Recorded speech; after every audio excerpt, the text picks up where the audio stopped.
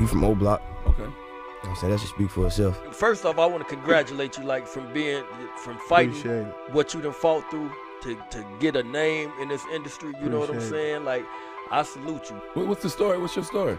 My story, I just got out of jail for just beat a body into attempts. Like, December? I just got out, started rapping shit. Of course I know my niggas want to kill me. I'm a very disrespectful person. I know what I did in my lifetime. You feel me? They don't know because they not out here with me. Chicago had one of the most legendary movements in the history of rap when drill started in 2011. The genre took the world by surprise and blew up globally, but by 2015 the genre was declining, and by 2017 it was officially dead. But this wasn't the end of the story, because in 2018, King Von and FBG Duck brought the genre back from the dead and gave it a second chance and 2 more years of life. So in this video, we'll take a look at the resurrection of Chicago drill. The video ended in 2017 with G Herbo transitioning away from drill and Love Foe and C-Dot Honcho slowing down. Drill was basically dead, so things were slow, but there was some motion up on the north side. Polo G started rapping, dropping his first ever song in June, and he started as strictly a drill rapper, but saw quick progress, gaining a lot of views and fans early on, and continued dropping throughout the rest of the year. Also up on the north side, Tay Sav was doing his best to keep Pappy's name alive and seeing a decent amount of success in his new career. Going into 2018, the Southside drill scene saw some motion and signs of a comeback early on. In January, Wooski decided that he was going to start rapping, and right off the bat, dropped one of the most disrespectful tracks in rap history. Wooski got the instrumental of Computers by Bobby Shmurda and Roddy Rebel, and there's Dirk, E-Day, and 15 Dead 300 and 600 members. Disrespect is obviously extremely entertaining to the fans, and the song blew up and put Wooski's name out, as well as a huge target on his head. Literally. This same month, FBG Duck dropped Slide. As I mentioned in the last video, Duck was a drill pioneer and had been rapping since 2011, but this was his first taste of mainstream success. The record took off, gaining millions of views and earning Duck his first record deal 7 years into his career. So early on, Tukaville had some motion on the rap scene. Over on the other side, Lil Durk was in the process of reviving his career. He had been stuck at Def Jam, barely keeping himself afloat, but in 2018, he finally got out and had a chance to take back control over his career. He started the year strong, dropping Just Cause Y'all Waited in March, and the fans are gravitating to the new direction Durk was going in. It's also important to note that this project didn't have any drill songs on it.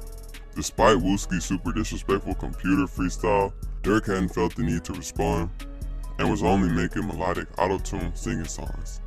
Even though Durk wasn't on any type of disrespectful timing, others in his camp were. In December of 2017, King Von had beat his case and came home. Since 2014, Von had been sitting in the county for a body, but due to his co-defendant and witnesses not showing up, he was able to get out scot-free. A couple of months after Von got out, he decided to try his hand at rap and teamed up with THF Basil to drop his first song ever, Beat That Body. Now, Chicago is a city where killers can become as famous as rappers, so Von was already known before he ever started rapping. And even though he had some fame, he didn't take off immediately. He followed Beat That Body with songs like Problems and War With Us. By 2018, a lot of the biggest artists had transitioned away from drill and calmed down slightly from the antics of earlier years. But Von had been locked up in 2014 when drill was still in its prime. So he was sort of like a 2014 drill rapper that had been frozen in time and thawed out in 2018. He was constantly dissing his ops and smoking Tuka on the regular. Von was disrespectful, but in September of 2018, the world saw a new level of disrespect when Drilla dropped 51 Dead Ops. Now, there's a debate on the actual number of Dead Ops dissed, but it was over 40, and the song could possibly be the most disrespectful track to ever come out the city. So naturally, it went viral and had people all over the country reacting to it. The very next day after 51 Dead Ops dropped, Durk dropped a song called No Auto. Despite the timing, the song most likely had nothing to do with 51 Dead Ops because it didn't have any disses. But it marked a shift in Durk's career.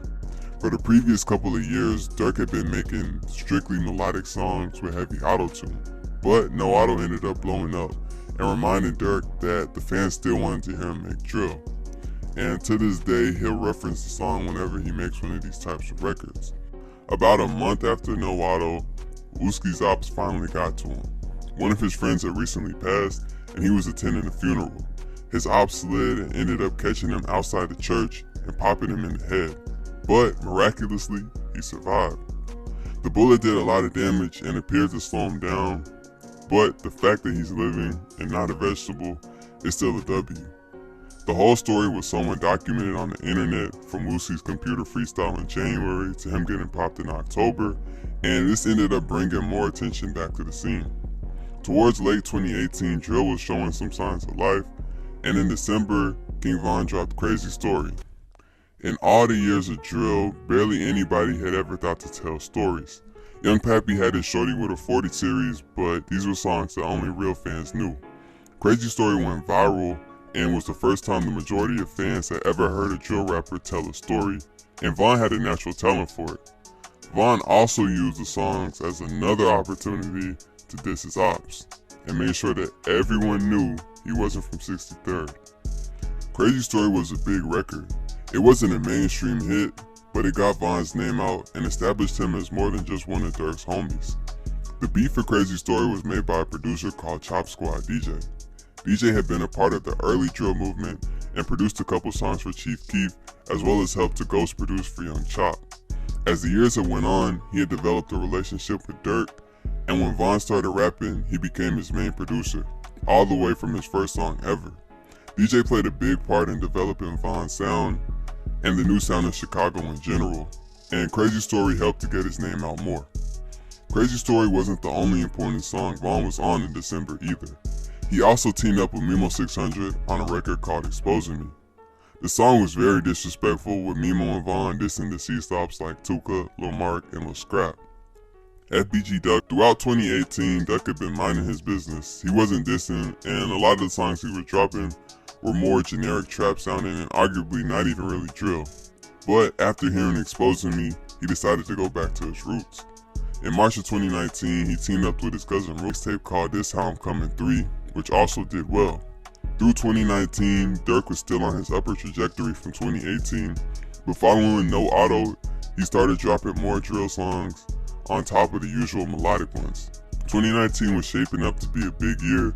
Then in May, Durk and Von were listed as suspects in an attempted murder that happened in Atlanta, where one of them had allegedly shot a man in the parking lot of a Varsity restaurant.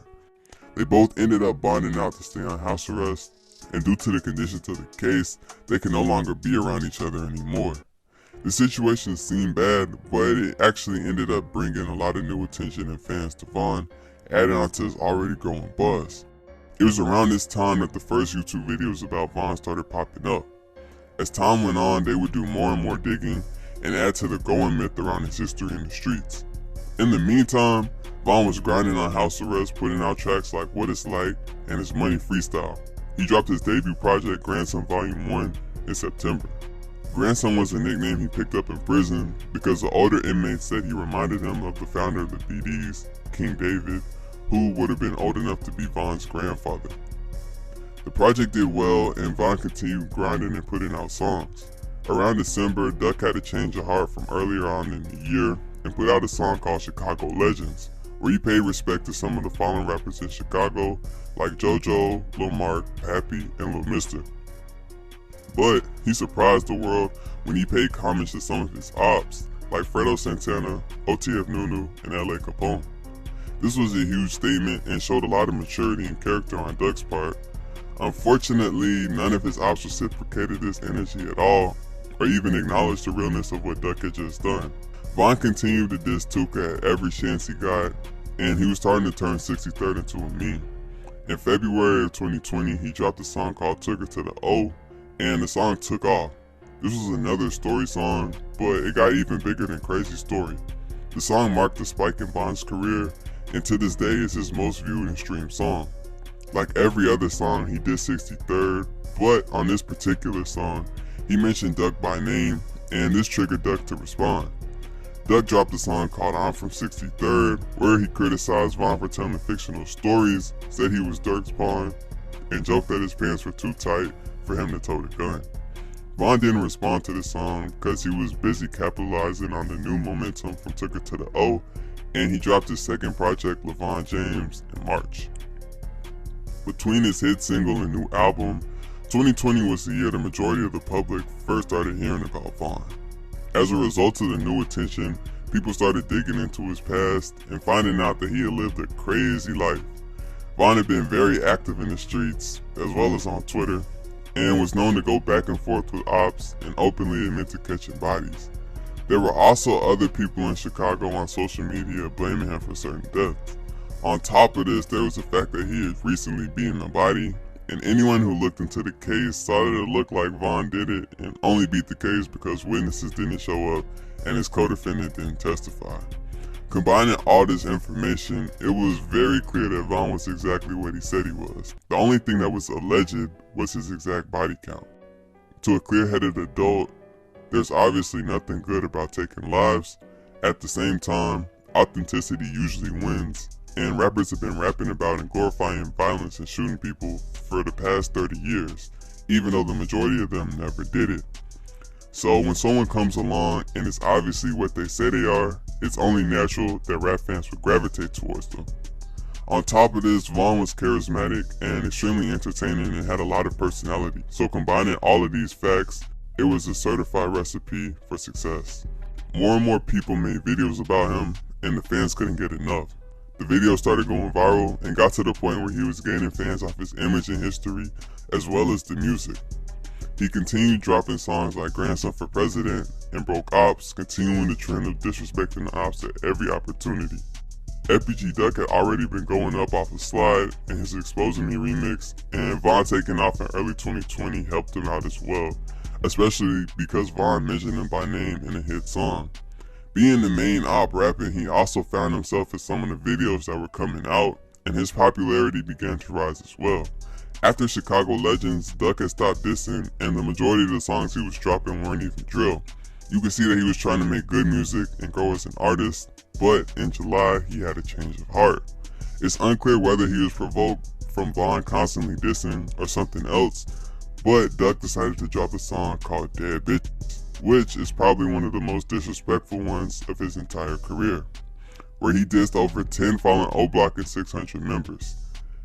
At this point, Duck had a solid following, and King Von was really starting to take off, so the song went viral and generated a lot of attention. Duck dropped another song after this. Then about a month later, he was in the Gold Coast, a rich shopping area in downtown Chicago, when 5 O-Block members pulled up in a car, hopped out, and popped him. This was a huge loss for Tuckerville and Chicago as a whole. Duck was basically one half of the new drill movement that had started in 2018, and his death hurt the movement badly.